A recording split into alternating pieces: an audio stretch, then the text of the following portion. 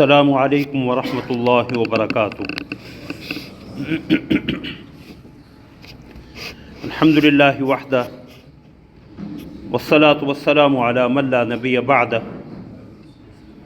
اما بعد فاعوذ باللہ من الشیطان الرجیم، بسم اللہ الرحمن الرحیم۔ قل تعالوا اتل ما حرم ربکم علیکم الا تشرکوا بہ شیئا وبالوالدین احسانا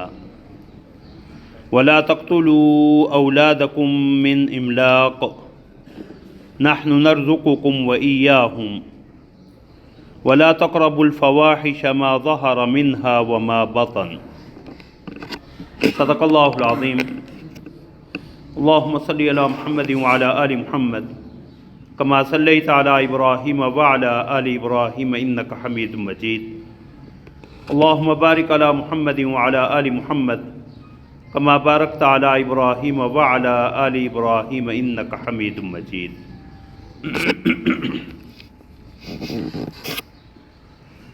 سبحانك لا علم لنا إلا ما علمتنا إنك أنت العليم الحكيم۔ رب اشرح لي صدري ويسر لي أمري واحلل عقدة من لساني يفقهوا قولي۔ اللهم انفعنا بما علمتنا وعلمنا ما ينفعنا وزدنا علما۔ احکام عشرہ کے بیان میں پہلا حکم ان آیات مبارکہ میں دیا گیا اللہ تشرکوا بہ شیئا، کہ اللہ کے ساتھ کسی کو شریک نہ بنانا۔ دوسرا حکم وبالوالدین احسانا، والدین کے ساتھ حسن سلوک اختیار کرنا۔ تیسرا حکم ولا تقتلوا اولادکم من املاق، فقر و فاقہ کی وجہ سے اپنی اولاد کو قتل نہ کرنا۔ نحن نرزقکم وإیاہم، ہم تمہیں بھی رزق دیتے ہیں اور انہیں بھی رزق دیں گے۔ چوتھا حکم جس کے حوالے سے آج انشاءاللہ کچھ معروضات پیش کرنے کا ارادہ ہے، وَلَا تَقْرَبُوا الْفَوَاحِشَ مَا ظَهَرَ مِنْهَا وَمَا بَطَن، بے حیائی کے کام ظاہر ہوں یا پوشیدہ ان کے قریب بھی مت جانا۔ فواحش فاحشہ کی جمع ہے، اردو میں بالعموم ہم اس کا ترجمہ بے حیائی اور بدکاری سے کرتے ہیں۔ عربی زبان میں فاحشہ، فحشا، فحش، اس کا اطلاق ہر اس گناہ پہ ہوتا ہے جس کے اثرات دوسروں تک پہنچیں۔ امام راغب رحمۃ اللہ علیہ نے مفردات القرآن میں اور امام ابن اثیر جزری رحمۃ اللہ علیہ نے النہایہ میں لکھا ہے کہ فاحشہ سے مراد وہ تمام گناہ ہیں جن کے اثرات برے ہوں اور ان کا فساد اوروں تک پہنچتا ہو۔ اب یہاں فواحش سے کیا مراد ہے؟ حضرات مفسرین نے دو قول بیان کیے ہیں۔ ایک تو یہ کہ فواحش سے ہر قسم کے گناہ مراد ہیں، اللہ کی ہر نافرمانی کہ اس کے اثرات جہاں انسان کی ذات پہ مرتب ہوتے ہیں، اس کے گرد و پیش پہ، اس کے متعلقین پہ بھی اس کے برے اثرات مرتب ہوتے ہیں۔ اس اعتبار سے اللہ رب العزت کا یہ حکم یہ معنی رکھتا ہے کہ ہر قسم کی اللہ رب العزت کی نافرمانی سے اپنے آپ کو بچاؤ، ہر قسم کے گناہ کو جو ہے وہ چھوڑ دو، بلکہ اس کے قریب بھی مت جاؤ، وہ ظاہری ہوں یا باطنی۔ ظاہری جو انسان اپنے اعضائے بدن سے جن کا ارتکاب کرتا ہے، کسی کو تکلیف پہنچانا، غیبت ہے، چغلی ہے، ظلم ہے، چوری ہے، اور باطنی جو انسان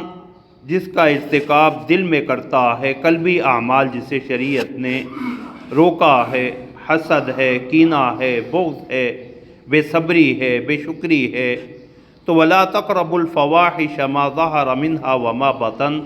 اللہ رب العزت کے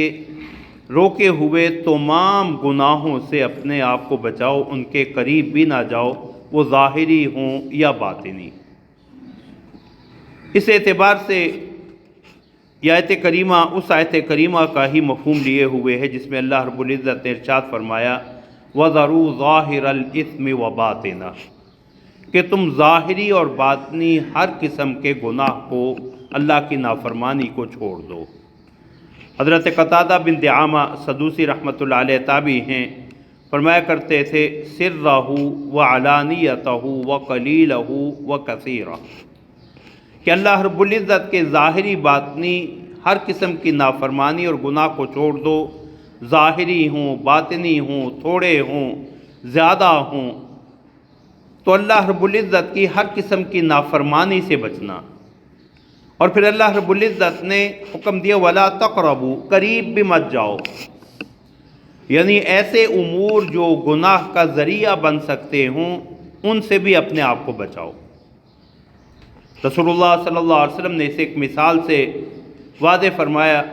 کہ الا ان لکل ملک حما وحمی اللہ محارم، کہ ہر بادشاہ کی ایک مخصوص چراگاہ ہوتی ہے، مخصوص علاقہ ہوتا ہے جہاں کسی کو آنے کی اجازت نہیں ہوتی، اور اللہ رب العزت کا یہ مخصوص علاقہ جہاں کسی کو آنے کی اجازت نہیں ہے وہ اللہ کی حرام کردہ چیزیں ہیں۔ جن چیزوں کو اللہ نے حرام کیا ہے اس کا ارتکاب کسی کے لیے بھی اللہ نے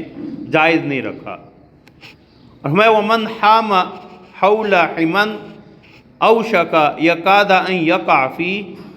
جو کسی ممنوع علاقے کے ارد گرد چکر لگاتا ہے یا کسی ممنوع کھیت کے جو اس کا اپنا نہیں اس کے ارد گرد اپنے جانوروں کو چراتا ہے، تو عین امکان ہے کہ اس کے جانور جو ہے وہ اس ممنوع کھیت میں بھی چلے جائیں۔ تو انسان اگر جو ہے مشکوک اور مشتبہ چیزوں میں پڑے گا تو اللہ رب العزت کی نافرمانی میں بھی جا پڑنے کا امکان ہے۔ اسی کو حضرت نعمان بن بشیر رضی اللہ تعالیٰ عنہ کی اس حدیث کے ابتدائی حصے میں رسول اللہ صلی اللہ علیہ وسلم نے فرمایا الحلال بین والحرام بین وبینہما مشتبہات، حلال بھی واضح ہے، حرام بھی واضح ہے، ان کے درمیان مشتبہ اور مشکوک چیزیں ہیں۔ فمن وقع فی شبہات، جو ان شبہات میں پڑتا ہے وہ حرام میں بھی معاذ اللہ پڑ جائے گا، اور ومن استبرأ الشبہات، اور جو فمن اتقى الشبہات فقد استبرأ لدینہ وعرضہ، جو ان مشکوک اور مشتبہ چیزوں سے اپنے آپ کو بچا لیتا ہے وہ اپنا دین بھی بچا لیتا ہے، اپنی عزت بھی بچا لیتا۔ تو وَلَا تَقْرَبُوا الْفَوَاحِشَ مَا ظَهَرَ مِنْهَا وَمَا بَطَنَ، اللہ رب العزت نے حکم دیا کہ ہر قسم کی نافرمانی سے اپنے آپ کو بچاؤ، ان کے قریب بھی نہ جاؤ، وہ ظاہری ہوں یا باطنی ہوں، قولی ہوں، فعلی ہوں، اعضائے بدن سے ان کا ارتکاب کیا جاتا ہو یا ان کا تعلق اعمال قلب سے ہو، دل کے اعمال سے ہو، اللہ کی ہر قسم کی نافرمانی سے بچو۔ اور اسی کو اللہ رب العزت نے دوسری جگہ قُلْ إِنَّمَا حَرَّمَ رَبِّيَ الْفَوَاحِشَ مَا ظَهَرَ مِنْهَا وَمَا بَطَنَ، میرے رب نے ہر قسم کے ظاہری باطنی فواحش کو حرام قرار دیا۔ اسی معنی میں فحشاء جو ہے ان الصلاۃ تنہا عن الفحشاء والمنکر، نماز بے حیائی یا گناہوں سے اور برائی سے روکتی۔ اور اگر اس سے مراد جو ہے بے حیائی اور بدکاری لیا جائے، جو مفسرین کرام کا دوسرا قول ہے کہ وَلَا تَقْرَبُوا الْفَوَاحِشَ مَا ظَهَرَ مِنْهَا وَمَا بَطَنَ، کہ قرآن کریم بالعموم فاحشہ کا اطلاق جو ہے وہ بے حیائی اور بدکاری کے معانی میں کرتا ہے، اور زنا کو اللہ رب العزت نے اس لیے انہ کان فاحشہ، اسے فاحشہ قرار دیا ہے، وساء سبیلا، بری راہ ہے، برا راستہ ہے۔ تو اس صورت میں معنی یہ ہوگا کہ وَلَا تَقْرَبُوا الْفَوَاحِشَ مَا ظَهَرَ مِنْهَا وَمَا بَطَنَ، ہر قسم کی بے حیائی اور بدکاری کے کام سے بچو، وہ ظاہری ہوں یا باطنی ہوں۔ ظاہری کسی غیر محرم عورت کو شہوت سے دیکھنا، اسے چھونا، اس کی طرف ہاتھ بڑھانا، تنہائی میں اس سے باتیں کرنا، غیر محرم کے ساتھ جو ہے وہ خلوت اختیار کرنا، تنہائی میں بیٹھنا، یہ سارے جو ہے وہ ظاہری گناہ ہیں، اور اسی کا جو ہے وہ نتیجہ معاذ اللہ پھر زنا کی صورت میں نکلتا، جسے رسول اللہ صلی اللہ علیہ وسلم نے فرمایا کہ انسان کے اعضاء میں سے ہر عضو جو ہے وہ بے حیائی اور بدکاری کا ارتکاب کرتا۔ فَمَا فَالْعَيْنَانِ تَزْنِيَانِ وَزِنَاهُمَا النَّظَرُ، آنکھیں بھی بدکاری کا ارتکاب کرتی ہیں اور ان کا زنا، ان کی بدکاری بد نظری ہے، بری نظر کسی پہ ڈالنا ہے۔ ہاتھوں کا زنا جو ہے وہ چھونا ہے، پاؤں کا زنا جو ہے وہ گناہ کی مجلس کی طرف چل کے جانا ہے، منہ کا گناہ رسول اللہ صلی اللہ علیہ وسلم بوس و کنار ہے، فرمایا والفرج اور دل کا جو ہے والقلب یہوی ویتمنی، دل کا زنا جو ہے وہ برے خیالات اور ارادے جو ہے بدکاری کا تانا بانا بنتے رہنا ہے، والفرج یصدق ذلک او یکذب، اور شرمگاہ تو آخری مرحلہ میں آ کے جو یہ مقدمات معاذ اللہ انسان نے باندھے ہوتے ہیں اس کو پورا کر دیتا ہے، یا اللہ اسے آخری مرحلہ میں بچا لیں تو وہ اس سے بچ جاتا۔ تو وَلَا تَقْرَبُوا الْفَوَاحِشَ مَا ظَهَرَ مِنْهَا وَمَا بَطَنَ، ہر قسم کی ظاہری بے حیائی اور بدکاری کے کام سے بچو۔ وما بطن، باطنی فواحش کیا ہوں گی کہ انسان دل میں بے حیائی کے، بدکاری کے جو برے خیالات دل میں لاتا ہے، کسی کے ساتھ برا کرنے کا سوچتا ہے، تو یہ انسان کے باطنی جو ہے وہ گناہ ہے۔ ایک مفہوم اس کا حضرات مفسرین نے یہ بھی بیان کیا ہے کہ ظاہری بے حیائی سے مراد وہ بے حیائی کے کام ہے جس کا حرام ہونا، ناجائز ہونا سب کو معلوم ہے، اور وہ ظاہری طور پہ اس کا ارتکاب جو ہے وہ گناہ اور بے حیائی ہی سمجھا جاتا۔ کسی غیر محرم عورت کے ساتھ جو ہے وہ جنسی تعلق قائم کرنا، شریعت نے جہاں اس تعلق کو حرام قرار دیا ہے اس تعلق کو قائم کرنا یہ ظاہری طور پہ بے حیائی ہے، بدکاری کا کام ہے۔ امام سدی رحمۃ اللہ علیہ نے اسے لکھا کہ الزنا مع البغایا ذوات الرایات، کہ معاذ اللہ پیشہ ور خواتین جو اپنے جسم فروشی کا کاروبار کرتی ہیں ان کے ساتھ اپنے تعلقات کو، یا کسی بھی صورت میں جو ہے وہ زنا کا ارتکاب جو ہے کرنا، کسی بھی غیر محرم کے ساتھ جو ہے، کسی بھی جو غیر محرم ہے اس کے ساتھ اپنے ان تعلقات کو جو ہے وہ برقرار رکھنا یا اپنانا، یہ ظاہری فاحشہ ہے۔ اور باطنی کیا ہے کہ انسان جو ہے وہ معاذ اللہ خفیہ دوستی کے نام پہ، معاشقے کے نام پہ کسی کی عزت سے کھیلے۔ اس لیے قرآن کریم نے مرد و عورت کا جو تعلق بیان کیا تو وہاں اللہ نے محصنات غیر مصافحات ولا متخذات اخدان، کہ کسی بھی عورت کے ساتھ مرد کا تعلق صرف اور صرف نکاح کا ہوگا، محصنات غیر مصافحات، اعلانیہ بدکاری اور زناکاری کا نہیں ہوگا، ولا متخذات اخدان، اور نہ خفیہ دوستی اور معاشقے کا ہوگا۔ تو فرمایا ظاہری جس کو گناہ سب سمجھتے ہیں کہ یہ بدکاری، بے حیائی، یہ اللہ کی نافرمانی، اور دوسرا مفہوم باطنی وہ ہے کہ جسے گناہ سمجھا نہیں جاتا، اور اس کی صورت حضرات مفسرین نے یہ بیان کی معاذ اللہ کسی شخص نے اپنی بیوی کو 3 طلاقیں دے دیں، اب 3 طلاقیں واقع جب ہو گئیں، اب اسے پھر بیوی بنا کے گھر میں رکھنا، یا کسی ایسی جگہ رشتہ کرنا جہاں اس کے لیے نکاح جائز ہی نہیں تھا،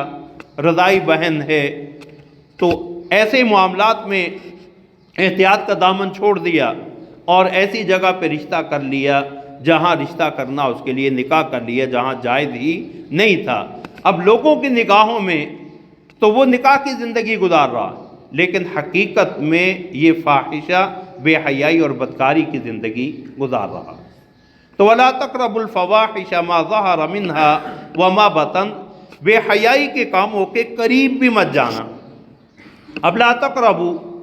قریب مت جانا ان تمام امور سے بھی اجتناب کرنا جو کسی صورت اس گناہ کی طرف انسان کو لے جا سکتے ہیں۔ اور فواحش کے جمع لانے کا مقصد بھی حضرات مفسرین نے یہی بیان کیا ہے کہ اس زنا کے بہت سے مقدمات اور لوازمات ہیں جو اس برائی کا پیش خیمہ بنتے ہیں، اس لیے شریعت اسلامیہ نے ان تمام کو ناجائز قرار دیا۔ تو شریعت نے جہاں بے حیائی سے، بدکاری سے بچنے کا حکم دیا، وہیں وہ تمام امور جو اس کا مقدمہ اور پیش خیمہ بن سکتے ہیں، شریعت نے انہیں بھی روک دیا۔ ان میں کسی اجنبی عورت کے ساتھ جو ہے وہ خلوت ہے، اور ہر وہ عورت مرد کے لیے اجنبی ہے، غیر محرم ہے، جس کے ساتھ زندگی میں کسی بھی مرحلہ میں کسی بھی صورت میں نکاح ہو سکتا ہو، وہ انسان کے لیے غیر محرم ہے، اجنبی۔ رسول اللہ صلی اللہ علیہ وسلم نے فرمایا لا یخلون رجل بامرأۃ الا کان الشیطان ثالثہما، جب بھی کوئی مرد کسی اجنبی خاتون کے ساتھ تنہائی میں ہوتا تو تیسرا وہاں شیطان ہوتا ہے بہکانے کے لیے۔ حسن بصری رحمۃ اللہ علیہ فرمایا کرتے تھے کہ حدیث کے لفظ اتنے عام ہیں کہ اگر مرد جو ہے وہ ولی اللہ ہو اور عورت بھی متقی اور پرہیزگار ہو اور جس جگہ پہ اکٹھے ہو رہے ہوں وہ بیت اللہ ہو، پھر بھی رسول اللہ صلی اللہ علیہ وسلم کے فرمان کی بنا پہ ان دونوں کے بہکانے کے لیے اور ان کے دل میں منفی خیالات ڈالنے کے لیے شیطان دھمکے گا۔ تو خلوت، بد نظری، کسی غیر محرم کی طرف نظر ڈالنا، اللہ رب العزت نے نظر کی حفاظت کو اس قدر اہمیت سے بیان فرمایا کہ مردوں کے لیے الگ سے حکم، عورتوں کے لیے الگ سے حکم۔ وَقُلْ لِلْمُؤْمِنِينَ يَغُضُّوا مِنْ أَبْصَارِهِمْ وَيَحْفَظُوا فُرُوجَهُمْ، اہل ایمان مردوں کو کہہ دیجئے وہ اپنی نگاہیں جھکائی رکھیں اور اپنی شرمگاہوں کی حفاظت کریں۔ اگلی آیت مبارکہ میں وَقُلْ لِلْمُؤْمِنَاتِ يَغْضُضْنَ مِنْ أَبْصَارِهِنَّ وَيَحْفَظْنَ فُرُوجَهُنْ، ایمان والی عورتوں سے بھی کہہ دیجئے کہ وہ اپنی نگاہیں نیچی رکھیں اور اپنی شرمگاہوں کی حفاظت کریں۔ اب یہاں امام ابن قیم رحمۃ اللہ علیہ نے لکھا ہے کہ نگاہ کی حفاظت سے زیادہ اہم شرمگاہ کی حفاظت ہے، کہ شرمگاہ کا گناہ جو ہے یہ نگاہ کے گناہ سے زیادہ سنگین ہے، لیکن اللہ رب العزت نے پہلے نگاہ کی حفاظت کا حکم دیا اور فرمایا اس کی وجہ یہ ہے من غض بصرہ حفظ فرجہ، جو اپنی نگاہ کی حفاظت کر لیتا ہے اللہ اس کے لیے شرمگاہ کی حفاظت بھی آسان فرما دیتے ہیں۔ کہ یہی نگاہ جو ہے جو شیطان کی تیروں میں سے ایک تیر ہے، یہی جو ہے وہ معاذ اللہ بنیاد بنتا ہے اس بے حیائی کے کام کا۔ اسی میں شریعت اسلامیہ نے جو ہے وہ مرد و عورت کا اختلاط، رسول اللہ صلی اللہ علیہ وسلم نے تو حضرات صحابیات کو مسجد نبوی میں نماز کے لیے آتے ہوئے دیکھا کہ راستے کے درمیان میں چل رہی ہیں، تو فرمایا کہ تمہارے لیے یہ ممکن، یہ جائز نہیں ہے، لیس لکن ان تحققن الطریق، کہ تم راستے کے درمیان میں چلو، علیکن بحافات الطریق، راستے کے سائڈ پہ، کناروں پہ چلا کرو۔ اور حضرات صحابیات کے حوالے سے امام ابن کثیر اور دیگر مفسرین نے لکھا کہ رسول اللہ صلی اللہ علیہ وسلم کا یہ فرمان سننے کے بعد صحابیات اس قدر دیوار کے ساتھ جو ہے وہ لگ کے چلا کرتی تھیں کہ ان کا لباس بسا اوقات دیوار کے ساتھ جو ہے وہ اڑ جاتا، چپک جاتا۔ تو رسول اللہ صلی اللہ علیہ وسلم نے یا شریعت اسلامیہ نے اس بے حیائی سے روکنے کے لیے ہر وہ طریقہ، ہر وہ ذریعہ جو سبب بن سکتا تھا کسی نہ کسی درجے میں اس گناہ تک آنے کا، اس سے بھی روک دیا۔ حجاب کا حکم اسی لیے، ستر کا حکم اسی لیے کہ اللہ رب العزت نے کائنات کی سب سے زیادہ پاک دامن اور عفیفہ خواتین امہات المؤمنین کے حوالے سے بھی یہ حکم دے دیا وَإِذَا سَأَلْتُمُوهُنَّ مَتَاعًا فَاسْأَلُوهُنَّ مِنْ وَرَاءِ حِجَابٍ، اور حکم بھی کائنات کے سب سے زیادہ متقی اور پرہیزگار لوگوں کے لیے، صحابہ کے لیے، کہ حضرات صحابہ کو یہ حکم دیا کہ اگر تمہیں کسی ضرورت سے پیغمبر کے گھر جانا پڑے، کوئی چیز لے کے آنی ہو، ان سے کوئی سامان مانگنا ہو، فَاسْأَلُوهُنَّ مِنْ وَرَاءِ حجاب، تو پردے کے پیچھے سے ان سے وہ چیز مانگنا۔ وہ خواتین جنہیں قرآن روحانی مائیں قرار دے رہا ہے، ان کے بارے میں بھی شریعت نے یہ حکم دے دیا کہ پردے کا اہتمام، اور پردے کا اہتمام جہاں مردوں کے لیے ضروری ہے وہیں عورتوں کے لیے بھی۔ سیدہ ام سلمہ اور سیدہ میمونہ رضی اللہ تعالی عنہما دونوں ازواج مطہرات ہیں، رسول اللہ صلی اللہ علیہ وسلم کے پاس بیٹھی ہیں، اتنے میں رسول اللہ صلی اللہ علیہ وسلم کے نابینا صحابی حضرت عبداللہ بن ام مکتوم رضی اللہ تعالی عنہ کا گزر ہوا، تو رسول اللہ صلی اللہ علیہ وسلم نے فرمایا کہ عبداللہ آ رہے، پردہ کر لو۔ تو انہوں نے ازراہ تعجب کہا، الیس بأعمی یا رسول اللہ، وہ تو نابینا ہے، اسے کیا نظر آ رہا ہے؟ فرمایا افعمیاوان انتما، وہ نابینا ہے، تم بھی نابینا ہو، تم بھی اندھی ہو، تم تو اسے دیکھ رہی ہو۔ تو شریعت نے ان تمام ذرائع سے روکا ہے جو کسی بھی درجے میں بے حیائی کا سبب بن سکتے ہیں، بدکاری کا ذریعہ بن سکتے ہیں۔ اور خلوت میں بھی وہ رشتے جہاں امکان زیادہ ہے، جہاں بالعموم آنے جانے میں کوئی روک ٹوک نہیں ہوتی، رسول اللہ صلی اللہ علیہ وسلم نے جب فرمایا کہ مرد عورت کے ساتھ خلوت اختیار نہ کرے، اختلاط تاکہ نہ ہو، تو سوال ہوا کہ یا رسول اللہ ارائیت فی الحم، یہ جو سسرالی رشتہ دار ہیں، دیور جیٹھ کہہ لیں، بہنوئی ہے، ان کے بارے میں آپ کیا ارشاد فرماتے ہیں؟ فرمایا الحم الموت، یہی تو اصل موت ہے، یہی تو اصل ہلاکت اور تباہی کا باعث ہیں، کہ ایک گھر کے اندر ہوتے ہوئے اور ان کا ملنا جلنا بھی، ایک دوسرے پہ نگاہ ڈالنا، اور معاذ اللہ پھر بے تکلفی کی حد تک جانا آسان ہوتا، تو اصل تو موت یہیں سے، ہلاکت اور تباہی کا سفر انہی معاملات سے شروع ہوتا۔ تو شریعت اسلامیہ نے نظر کی حفاظت کا حکم دیا، پردے کا حکم دیا، ستر کا حکم۔ یہاں وَلَا تَقْرَبُوا الْفَوَاحِشَ مَا ظَهَرَ مِنْهَا وَمَا بَطَنَ کا ایک مفہوم حضرات مفسرین نے یہ بھی ذکر کیا ہے کہ انسان اپنے ستر کا بھی اہتمام کرے، تنہائی میں بھی ہے تب بھی بے لباس نہ ہو، کسی کے سامنے اپنا ستر نہ کھولے۔ رسول اللہ صلی اللہ علیہ وسلم سے صحابی آ کے پوچھنے لگے، یا رسول اللہ اگر ہم گھر میں تنہائی میں ہوتے ہیں، کوئی بھی نہیں ہے، موسم سخت گرم ہے، تو ہم اپنا لباس کھول سکتے ہیں؟ تو رسول اللہ صلی اللہ علیہ وسلم نے فرمایا فَاللَّهُ أَحَقُّ أَن يُسْتَحْيَا مِنْهُ، وہ اللہ کی عظیم ذات اس کی زیادہ حقدار ہے کہ اس سے شرم کی جائے۔ تو تنہائی میں بھی بے لباس نہیں ہو سکتے۔ رسول اللہ صلی اللہ علیہ وسلم نے اسے اللہ رب العزت کی غیرت کا تقاضا قرار دیا۔ رسول اللہ صلی اللہ علیہ وسلم نے ایک آدمی کو دیکھا بے لباس ہو کے نہا رہا تھا کھلی جگہ پہ، تو رسول اللہ صلی اللہ علیہ وسلم نے اس سے بھی منع فرمایا، ان اللہ یغار من ھذا، اللہ کو ایسی چیزوں سے غیرت آتی ہے۔ دوسری حدیث میں صحیح بخاری کی حدیث، رسول اللہ صلی اللہ علیہ وسلم نے فرمایا کہ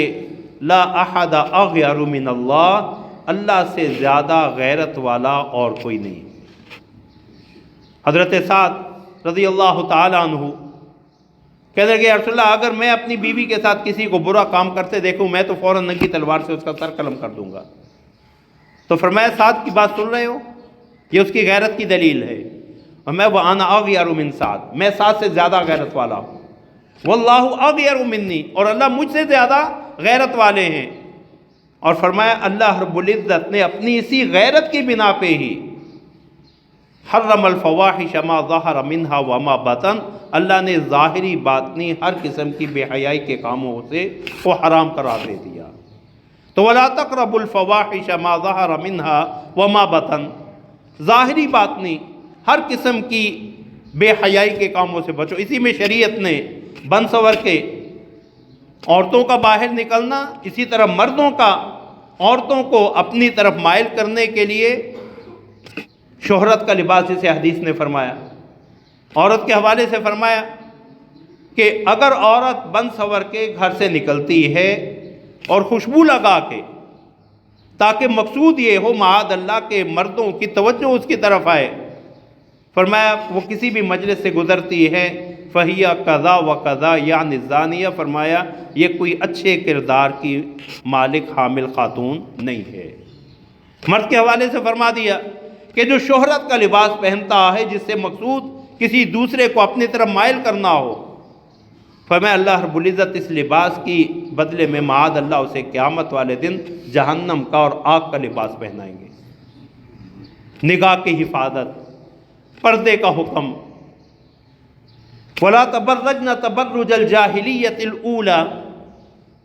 زمانہ جاہلیت کی طرح، اس پہلی جاہلیت کی طرح بن سور کے گھر سے باہر نہ نکلنا۔ تو شریعت اسلامیہ نے معاشرے کو پاکیزہ رکھنے کے لیے ان تمام امور کا حکم دیا کہ جس میں اللہ رب العزت کی ہر قسم کی نافرمانی، بالخصوص انسان جو ہے وہ اپنی جنسی خواہشات جو ہے اسے اپنے قابو میں رکھے، اور اس کے لیے شریعت نے نکاح کا حکم۔ حضرت عبداللہ بن مسعود رضی اللہ تعالیٰ عنہ فرماتے ہیں کہ ہم نوجوان تھے اور ہمارا کوئی لمبا چوڑا کاروبار اور برسر روزگار بھی نہیں تھے، لیکن رسول اللہ ہمیں فرمایا کرتے تھے من استطاع منکم الباءۃ فلیتزوج، تم میں سے جس کی بھی شادی کی سکت ہے وہ نکاح کر لے، شادی کر لے۔ فإنہ اغض للبصر واحسن للفرج، مقصد نکاح کا کیا ہے؟ اس سے نگاہ کی حفاظت بھی ہے، شرمگاہ کی حفاظت بھی۔ اور رسول اللہ صلی اللہ علیہ وسلم نے یہ دین اسلام یہ انتہائی آسان اور انسان کے فطرت کے قریب تر، رسول اللہ صلی اللہ علیہ وسلم نے بڑے ہی عام فہم انداز میں یہ ہمارے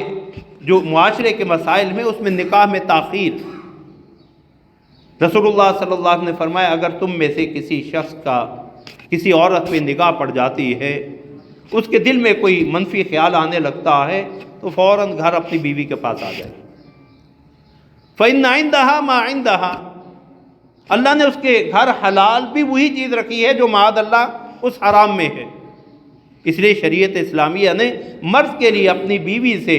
جنسی خواہش پوری کرنے پہ بھی اجر و ثواب رکھا۔ حضرات صحابہ نے حضرات تعجب پہ رسول اللہ وہ تو اپنی شہوت پوری کر رہا ہے، جنسی خواہشات کی تکمیل کر رہا ہے، تو فرمایا ارأیتم لو وضعہ فی حرام، بتلاؤ اگر وہ یہ کام کسی حرام جگہ پہ کرتا تو گناہگار ہوتا یا نہ؟ رسول اللہ گناہگار ہوتا۔ تو فرمایا جب حرام سے بچا کے اپنے آپ کو حلال ذرائع اختیار کر رہا ہے تو اللہ نے اس پہ اس کے لیے اجر و ثواب رکھا۔ تو معاشرے کو پاک رکھنے کے لیے شریعت نے یہ ساری حفاظتی تدابیر ہیں، احتیاطی تدابیر ہیں، مرد و عورت کا اختلاط نہ ہو، حجاب کے معاملات کو دیکھا جائے، ستر کو کے احکام کو مد نظر رکھا جائے، بغیر اطلاع دیے کسی کے گھر میں داخل نہ ہو، مرد و عورت کی خلوت نہ ہو، نگاہوں کی حفاظت ہو۔ اور نگاہوں کی حفاظت کے حوالے سے ایسے معاشرے میں جہاں جگہ جگہ پہ اس گناہ کے ہونے کا امکان ہے تو وہاں نکاح کی حفاظت کیا ہوگی؟ امام آلوسی رحمۃ اللہ علیہ نے اسے ذکر کیا، فرمایا کہ نگاہ کی حفاظت کا ادنا درجہ نگاہ کی پاکیزگی ہے، اور اس کی مثال دی، فرمایا مرد جو نگاہ اپنی بیوی پہ ڈالتا ہے وہ نگاہ اپنی ماں یا بہن پہ نہیں ڈالتا۔ کسی بھی غیر محرم پہ نگاہ پڑے تو دل میں منفی خیالات نہ آئیں، انسان جو ہے فوراً نظر جھکائے اور دل میں کسی قسم کا جو ہے وہ بے حیائی کا، بدکاری کا، گناہ کا خیال نہ آئے۔ یہ نگاہ کی کم از کم ادنا درجے کا حکم ہے نگاہ کی حفاظت کا۔ تو شریعت نے یہ سارے احکام دیے تاکہ معاشرہ پاکیزہ رہے، معاشرے میں پاک دامنی رہے، اس لیے کہ یہ زنا اور بدکاری جو ہے یہ ایسا گناہ ہے جس سے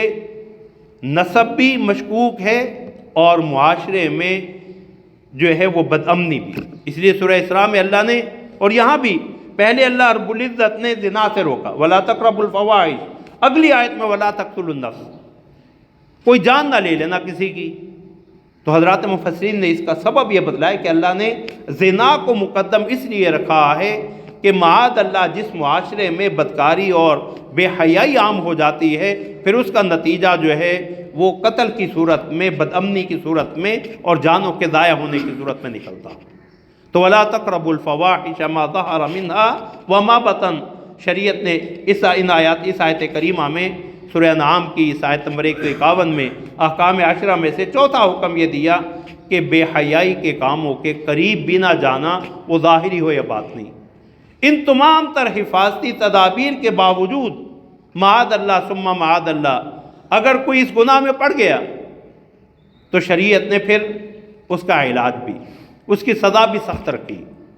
الزانیۃ والزانی فاجلدوا کل واحد منہما 100 جلدہ، کنوارا مرد اور کنواری عورت ہے تو اس کی سزا 100 کوڑے۔ اور اللہ رب العزت محفوظ فرمائے اگر شادی شدہ ہے جسے اللہ نے حلال چیز عطا کر رکھی، اس کے باوجود وہ اس حلال نعمت سے فائدہ نہیں اٹھاتا، دوسری جگہ جا کے منہ مارتا ہے معاذ اللہ، تو اللہ نے اس کی سزا جو ہے رجم سنسار کر دو، جسے رسول اللہ صلی اللہ علیہ وسلم نے اپنے عہد مبارک میں عملی طور پہ نافذ فرما کے بھی دکھایا۔ تو شریعت نے اس لیے حکم دیا کہ بے حیائی کے ظاہری باطنی ہر قسم کے گناہوں سے بچو، اللہ کی ہر قسم کی ظاہری باطنی نافرمانی سے بچو، بالخصوص بدکاری کے ارتکاب سے، اور اس کے قریب بھی نہ جاؤ، ان تمام امور سے اپنے آپ کو بچاؤ جو معاذ اللہ اس گناہ کے طرف لے جانے کا سبب بنتے ہیں۔ اور اس میں انتہائی ضروری، بالخصوص اپنے نوجوان عزیزوں سے میں کہنا چاہوں گا، اپنی تنہائیوں کو پاکیزہ بنائیں، اپنی تنہائیوں کو، تنہائی میں اللہ کی عظمت کا استحضار۔ حضرت ثوبان رضی اللہ تعالیٰ عنہ کی حدیث پہ اپنی گزارشات ختم کرتا ہوں کہ رسول اللہ صلی اللہ علیہ وسلم نے فرمایا کہ قیامت والے دن کچھ لوگ آئیں گے اور تہامہ کے پہاڑوں جتنی ان کی نیکیاں ہوں گی، تہامہ کے پہاڑوں جتنی ان کی نیکیاں ہوں گی، لیکن اللہ رب العزت جو ہے ان سب نیکیوں کو جو ہے وہ ضائع کر دے گا، بکھری ہوئی راکھ کی طرح، اڑتی ہوئی راکھ کی طرح ضائع ہو جائیں گے۔ تو صحابہ ڈر گئے، یا رسول اللہ صفہم لنا جلہم لنا، ہمیں بتلائیں وہ کون ہے بد نصیب، ان کا کون سا ایسا گناہ ہے جس کی بنا پہ ان کی یہ پہاڑوں جتنی نیکیاں بھی ضائع ہو جائیں گی۔ فرمایا کہ تمہاری طرح نمازیں پڑھتے ہوں گے، تمہاری طرح، وَكَانُوا يَأْخُذُونَ مِنَ اللَّيْلِ كَمَا تَأْخُذُونَ، صرف فرض نمازیں نہیں، وہ قیام اللیل کا بھی معاذ اللہ اہتمام کرتے ہوں گے، جس طرح تم قیام اللیل کا اہتمام کرتے ہو ویسا قیام بھی کرتے ہوں گے، لیکن ان کا وہ گناہ جو ان تمام اعمال کے ضائع ہونے کا سبب بن جائے گا، اذا خلوا بمحارم اللہ انتہکوها، تنہائی میں انہیں جب بھی اللہ کی نافرمانی کا کوئی موقع ملتا ہے وہ معاذ اللہ اپنے آپ کو اس گناہ سے بچا نہیں پاتے۔ تو اللہ رب العزت کا تقوی، اللہ کا خوف جو ہے وہ ہر عالم میں انسان پہ غالب رہنا چاہیے کہ اللہ رب العزت جو ہے اس کی نگاہوں سے تو میں کہیں چھپا ہوا نہیں ہوں۔ اللہ رب العزت ہمیں ہر قسم کے ظاہری باطنی فواحش سے بچنے کی توفیق عطا فرمائیں۔ وآخر دعوانا ان الحمد للہ رب العالمین۔